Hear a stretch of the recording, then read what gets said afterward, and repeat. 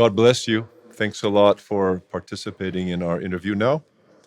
It's an honor to be able to interview Father Maximos Constas. Many of you know Father Maximos very well and have benefited from his teachings over the years, but perhaps some of you don't know who Father Maximos is, and let me do a small introduction. Father Maximos is an American. He was educated here and became a professor of theology at Harvard Divinity School in the late 90s before God called him to the life of a monk. And he went to Mount Athos in the early 2000s and was tonsured a schema monk at the Holy Monastery of Simonopetra. By the mercy of God, he returned to our country in 2011 and has been investing himself as a premier patrologist, teaching and translating the works of the Church Fathers. Father is also especially educated and well-formed in the area of sacred art and has written extensively in this area. And our interview today is on iconography. Particularly, we are covering the subject at this time of the difference between iconography and Western art. Father, thank you for entertaining this interview. What is the difference between Eastern Orthodox iconography and the art that we see in the West? I think, as is the case with many questions, the answer to that is that there are many differences. It's a complex kind of a question, but I think if I had to identify or highlight one or two that are the most significant, is the fact that while sacred art, iconography, icons in the Orthodox Church have a very specific and irreducible role to play in the divine liturgy, in Christian worship, in other words. Icons are a consummately liturgical art. And we have many services of the church that, I won't say they couldn't take place without icons, but they include icons in the activities, the ritual activities of the service. They're honored during the service. The priest addresses certain prayers to them during services and so forth. So they are, as I said, they're kind of consummately liturgical art. And as far as I know, this is not the case in any Western Christian tradition. The Roman Catholic Church has its own tradition of sacred art, but it does not figure in the liturgy in the direct and sort of essential way that it does in the East. So that would be, I think, maybe one of the first things to say about the differences. You have, in your lectures, described the kind of, I would say, progressive departure from traditional iconic forms in the West, particularly at the time of the Renaissance. If someone were to go into a Catholic church today and look at the sacred art that's there, it would be rare to see a traditional icon. How did the West depart so significantly from our traditional iconic norms? Yeah, well, I think we also need to say that icons have made a bit of a comeback in Catholic churches. I've been to many Catholic churches, even Catholic monasteries, where I see icons, and so there is a bit of that. Most of us are familiar with the idea of the schism and the separation of the churches, and this is not the sort of thing that happened overnight. It wasn't as if the two churches were identical in every way, and that they just decided to walk away from each other. There was a kind of growing estrangement, like a relationship that goes bad over a very long period of time. And you can plot this estrangement partly by looking at the way the art began to differ.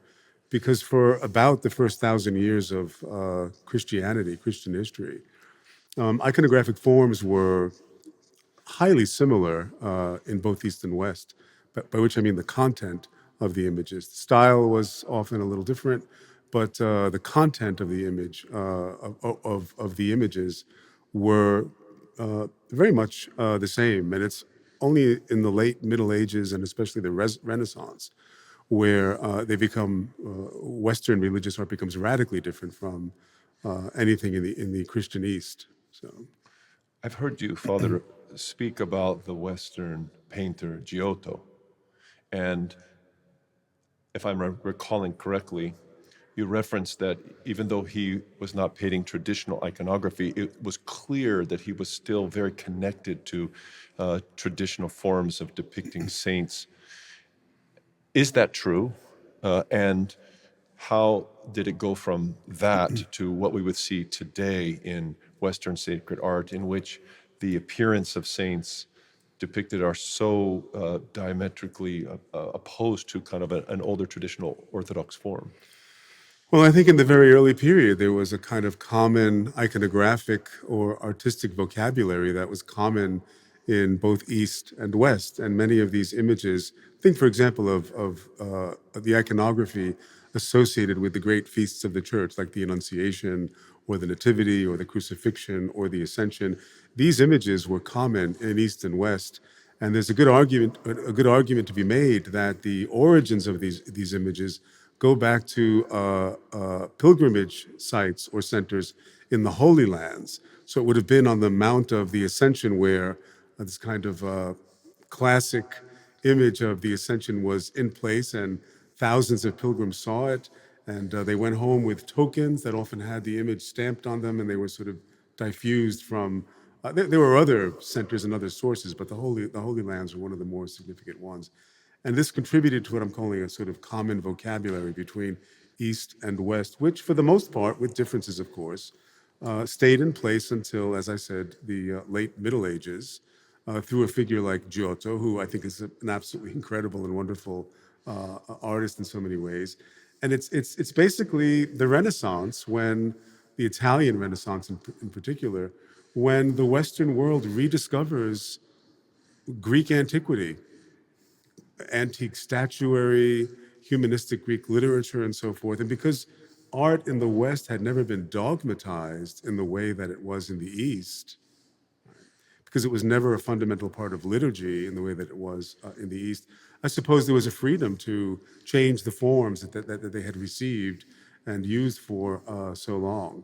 And by the end of the Italian Renaissance, I mean, Western so-called Madonnas no longer look like icons of the Mother of God in the East. So that's, I mean, this is obviously a kind of very brief sketch in which all kinds of nuances are being bludgeoned, but that's basically the general idea.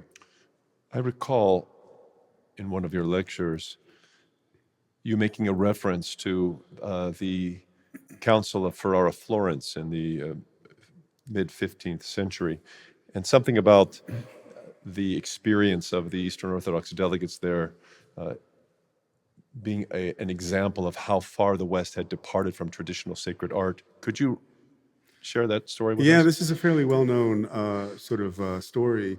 We know that when the Council of Florence was a very large council in which the Roman Catholic Church and the Orthodox Church tried to reunite, and literally hundreds of Greek-speaking Orthodox representatives went to Italy to participate in this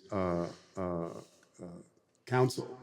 And we're fortunate to have a very extensive set of memoirs that a member of the Greek delegation took, which is filled with all kinds of interesting and important and humorous anecdotes. So it's quite a treasure trove. I believe there's a recent English translation of it. So at one point, the Greeks are being taken on these tours of famous Italian churches. And they happen to be in one church, for example, where they're shown these beautiful, valuable relics and treasures and so forth. And the Greeks are looking at them, and they have Greek inscriptions on them, and they realize, oh, these are things that were taken in the Fourth Crusade in 1204. And they say this must have been from the Pantocrator monastery and so forth. This is a very poignant kind of moment here where these delegates have arrived in Italy, and they're seeing all of this loot, basically, that was brought over there a couple of hundred years earlier. But the moment you're talking about is when one of the Greek delegates entered an Italian church, and he found himself unable to recognize any of the saints on the walls, partly because they didn't look like the saints he was familiar with, even though they could have been the same saints, they just looked different. And they did not have names attached to them. I mean, icons have names inscribed on them to partly identify who the figure is. That's not the case in Renaissance art. So he said, I don't know who they are, and they don't have names, so I can't tell. And even though I know who Christ and the Virgin are in these churches, I have a hard time venerating them because they don't look familiar to me. So there was this feeling of estrangement and alienation, so that this individual says, and whenever I go into one of their churches, he says, all I do is make the sign of the cross, and when I bow, the only thing I'm actually bowing to is the cross that I sign myself with. So he's sort of self-contained in this kind of, gesture of piety that has no connection to anything in the church he's in. It's a kind of an extreme story, and I think the person who tells it is hostile to the Latin church at the time, but it's telling in its way. Do you see, Father, any movement in the Western Church towards a return to more traditional forms of religious art? I mean, there could be. I'm personally not familiar with anything like that. I mean, like I've said before, I have been into not simply Roman Catholic parishes, but I've been to some traditional Roman Catholic monasteries where I visited, and I'm always pleasantly surprised to see the number of icons that they have. So, thank you, Father, for entertaining this question. Patristic Nectar Publications is pleased to present the proceedings of the 2022 Annual PNP Conference entitled Holy Orthodoxy, Presenting the Christian Faith. This 7-lecture series is designed to present a broad exposure of the contours of the Christian faith, both to prepare inquirers and catechumens for holy baptism, as well as deepening and renewing the faith of believers. These lectures are delivered by a collage of catechists, four by the deeply respected patrologist Archimandrite Maximos Constas, with additional single lectures by Father Josiah Trenum, Father Bogdan Bucur, and Dr. Tikhon Pino. For these, as well as other conferences and available titles, please visit our website at patristicnectar.org.